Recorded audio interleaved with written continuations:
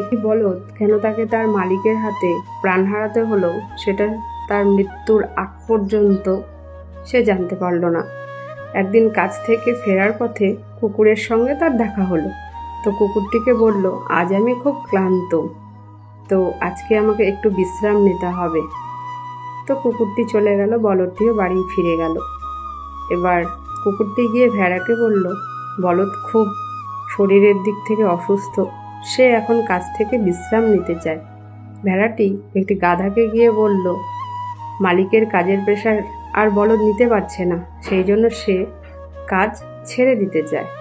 এবার গাধাটি একটি ঘোড়াকে গিয়ে বলল, মালিকের কাজের প্রেশারে বলদ এতটাই ক্রুদ্ধ যে সে এখন সবাইকে নিয়ে মালিকের বিরুদ্ধে গিয়ে একটা প্রতিবাদ করবে। সেই কথাটি ঘোড়াটি গিয়ে মালিককে বলল যে, মনিব, আজকে বলদ তোমার ওপর ক্রুদ্ধ হয়ে সবাইকে নিয়ে জোট হয়েছে তোমার বিরুদ্ধে একটা প্রতিবাদ করার জন্য।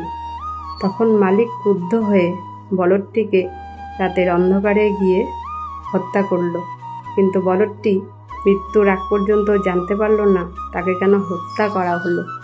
তো এই ভিডিওটি থেকে এমনটাই শিক্ষা আমরা পাই যে সঠিক মানুষের কাছে আমাদের মনের কথা ব্যক্ত না করতে পারলে আমাদের চরম বিপদের মুখে পড়তে হতে পারে।